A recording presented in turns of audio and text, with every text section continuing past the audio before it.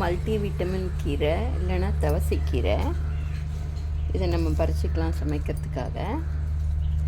இது பார்த்திங்கன்னா எல்லா விட்டமினும் இதில் இருக்குதுன்னு சொல்லுவாங்க. பறிக்கும் போது இந்த மாதிரி ஃபுல்லாக எடுத்துட்டோம்னா, கீரையாக இல்லாமல் காம்போடு எடுத்தோம்னா திருப்பி துளுத்து வரும். இதில் எல்லா விட்டமின்ஸ் இருக்குது. தவசைக்கீரைன்னு சொல்லுவாங்க.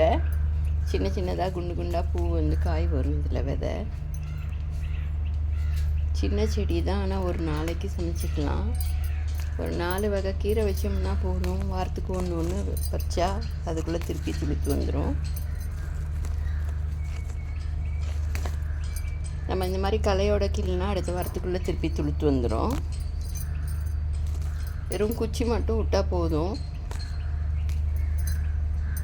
அந்த குச்சியே இதை தொட்டிலேயே போட்டு விட்டுடலாம். அதுவே போதும் அதுக்கு வேறுவா.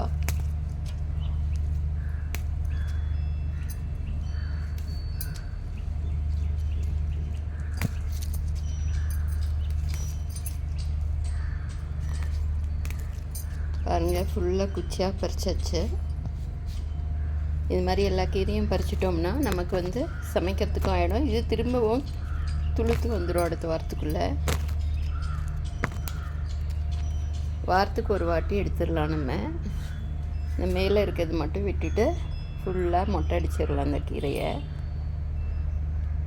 மழை பெய்யறதுக்கு அதுக்கும் நல்லா துளுத்து வந்துடும். எல்லா விட்டமின்ஸும் இருக்குது இந்த கீரையில்.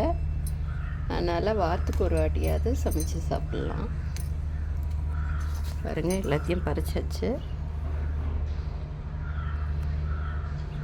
இன்னும் 2 கலையில் இருக்குது, அதையும் பறிச்சிடுவேன்.